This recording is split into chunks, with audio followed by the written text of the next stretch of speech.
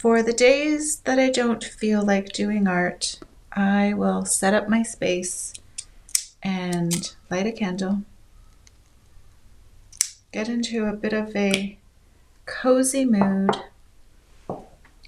and work on some other things. And I'm going to show you those because I feel like they're very valuable ways to at least connect with your tactile experience of creativity without the pressure of having to make something beautiful. Well, make something perfect. I don't even know if those are the two words, but just release the stress and pressure of painting, drawing, whatever it is that you have been really focused on. So the first thing I'm going to show you is a stack of notebooks. These are notebooks, journals that I keep. Just an example of them. They are what I use to write down my ideas, my thoughts. They're very personal, so I'm not going to do a little interior peek, but I tend to be a collector of these notebooks. I use my own that I design and sell, especially if I'm traveling and I want something a little bit thinner and easier to take with me. And some have been with me a long time, and I have used them quite a bit and loved them and have gone through them again and again, whether it's brainstorming ideas, journaling, to release, whatever it is. The goal is always just to sit, be in my space, and allow some freedom and without expectations. So lighting a candle, grabbing a fountain pen, something that is really enjoyable to write with, and creating some space to get some ideas down and just let it flow. So sometimes I sketch in these notebooks as I'm journaling, but for the most part, I sit down with no expectation for the outcome other than just to express myself and to be in my space. So that can inspire so much creativity and so much flow into your personal art practice. It is, again, something really easy to do. You don't need anything special other than tools that speak to you. So a great pen, a great notebook, and some time. Okay, so that is my first activity that I like to do that isn't watercolor or sketching or just work in general. So the next one, everything almost kind of feels like it's book and paper related as I look around my space. So the next one is I make journals. So I make these handmade notebooks, and I have fun with them. I've taught these in a little bit. I taught these a little bit in my classes, but this is just watercolor paper that I've painted on beforehand. And then I use a variety of papers, whether they're handmade. This is drawing paper. This is paper just from a scrap piece of mine. But this becomes such a tactile experience as well, because I usually maybe put on an audiobook or a podcast. I grab my little bowls and dishes of supplies. I grab some pretty thread. These are embroidery thread that I wound around some old driftwood that I found on a beach during a trip. And having everything in these sweet little containers that I can, easily reach for and have handy means when I sit down to make a book, it's a really enjoyable process. And that's something that I hope you're feeling a bit inspired by, where we make the process of creativity something that is enjoyable, something that fills us up. So be really mindful. Collect pieces. This is a ceramic bowl that my daughter made that is just the perfect size and vessel to hold some threads.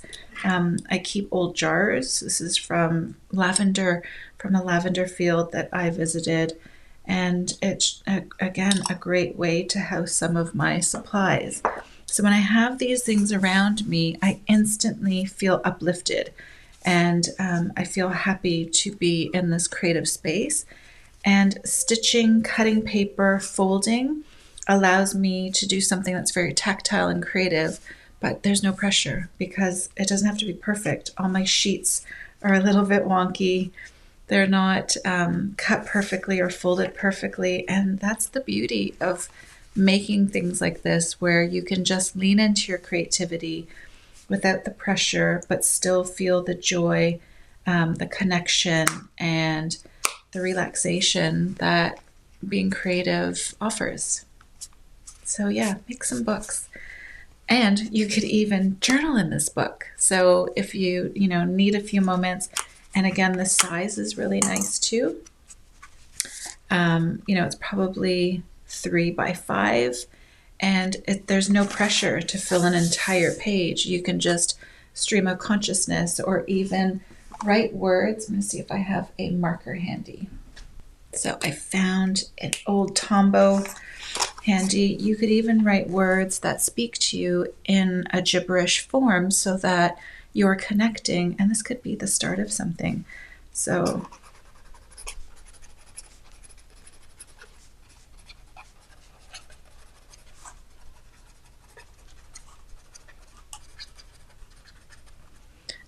something that, again, is abstract, gibberish, doesn't have to mean anything to anyone else, but if you were to do this type of lettering across the entire page, then that could be the start of something else that I'm about to show you. So you can use these handmade notebooks, sketchbooks, whatever the purpose is, as a way to journal. And then the days that you are feeling creative, you can use them to sketch in and paint in. So that is number 2. And let me know if you want me to do a creative studio session where we make a bunch of books. I can show you some fun ones that I've created over the years. And then the next one, so I think I'm going to save my best for last. This is the big juicy book that I'm about to show you. Next one is color swatching. So let me move these out of the way. And I'll even move the candle. We'll keep it in the frame so you can enjoy it.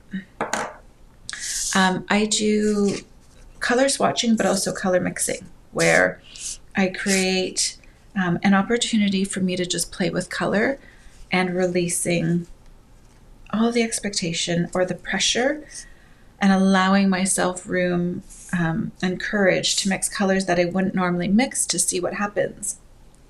And then this allows me to pick up my tools, to be able to paint, use my paintbrush. It allows me to work on the ratio of watercolor. These are watercolor, but you can do this with any medium. It allows me to have a bit more practice with how much my water ratio to paint should be and what type of opacity or transparency I can create while I'm color mixing. So this is all building on ideas and skills and opportunity, again, to grow your confidence and have a little bit of play without there being a lot of pressure for the outcome. This creates an opportunity for ideas to flow, for your creativity to flow, and you'll be amazed at what simple tasks like this or simple ways of spending your time, how that really spills over into your personal art practice. So my 4th thing that I like to do when I don't feel like sitting down to an entire painting or drawing is color mixing and color swatching. And then I have these examples that I can bundle together. Just going to grab a clip. I'm a big fan of clips. I do have them linked to my Amazon if you want to know which ones I use. But I can clip them together, and I would normally write down the colors. This is for my updated Color Mixing Made Simple ebook that I'm releasing. So I didn't label them on the sheets, but I would label them, write down what colors you use. Let me even grab my marker that I just had. This is Payne's Gray, and this is Green Gold. And then different variations of those 2 colors mixed together. And suddenly you have your own personal resource for color mixing that you can go back to for when you want to start mixing colors for a painting. Isn't that a really great resource for you to have that you've created on your own, that you're familiar with, in colors that you love and colors that you want to use more of? And then just put them to the side and they'll be there ready for you whenever you need them.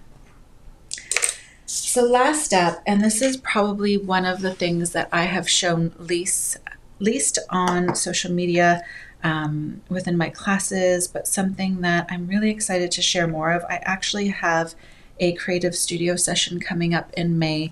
I'll link to that, where I will be showing you the art of collage. Abstract collage art is what I'm calling it. And this is in, again, a notebook that I made. It's really rough. It was an old book that I saved. It's falling apart when I bought it from the antique store. I just reinforced it. I created these signatures of, I'm going to see if I can find, you can see it's just filled with amazingness. I just created these little signatures of scrap paper that I had in the studio. Again, I use what I have. I'm an avid used book collector, and I use old sheets. This is Queen Elizabeth's Jubilee stamps that I want to keep, so I won't use those, but I don't even want to take them off the backing. I'll figure out how to use them so that, I don't know, I don't want to stick them on paper, but again, it's just scraps and things that I have, including old postcards that I then turn into these wonderful abstract collage art pieces that just make me so incredibly inspired. I spend time creating each and every one and then add to them. So each piece is a work in progress. I add to it. I use old vintage postcards where I don't necessarily want to use the photo of the postcard, but I love old handwriting. Look at how beautiful. And then I'll read. I have letters that I have been collecting where I was lucky to get multiples. And it gives me just a glimpse into someone's personal history. I studied anthropology and sociology in university. So for me, people, their stories, community, it fascinates me. So I love to read snippets of people's lives. There we go. And this is a work in progress. So this I haven't affixed yet to the postcard, whereas this one is done. I've even added a bit of just a nice gloss top coat to it. I will add another one just to give it a beautiful sheen and to protect it. But these become my personal works of art. They may be for sale one day, I don't know, but they just make me really happy with having them in my journal for now. And as I explore, again, just using bits of found objects along with my old art, some stitching and some creativity. So this allows me, again, to be really creative and enjoy a tactile experience where I can sift through, look at this beautiful, beautiful mess. It does become a beautiful mess, but I look at objects with a uniqueness and I look at them as an opportunity. I can even do, let's have fun. If you're still with me in this fun process. And again, I just use a glue stick or some matte medium, but just picking little bits from my pile here, I can start to put together some really interesting collages quite easily. Let's use this for color. Some old stamps even. And a little bit of texture. Maybe not that one, but this is sort of the process of building. I just want a bit of black to ground. It's green. But then I even incorporate words. So look at how quickly that came together as a little collage piece. I can keep layering and layering and layering. And yeah, again, it inspires more creativity. It helps me with composition. This is a new creative studio session. If you haven't done any with me, They are a lot of fun. They're very personal, and it gives you a sneak peek into my studio practice and what I do within my play. Let me make this a little bit more interesting as I'm chatting with you. And it's an opportunity for you to be creative without, again, having to have the pressure put on you to draw or to sketch. You can include little drawings and sketchings within your collage practice, within your bookmaking practice, or even within your journaling practice. But again, it's a really great way to connect on a very tactile, personal way without the pressure. And I think that's something that we all crave once in a while, especially on days like today where it's a little gloomy. I'm feeling unmotivated to tackle my to-do list, and I just want to experience some creativity and some fun.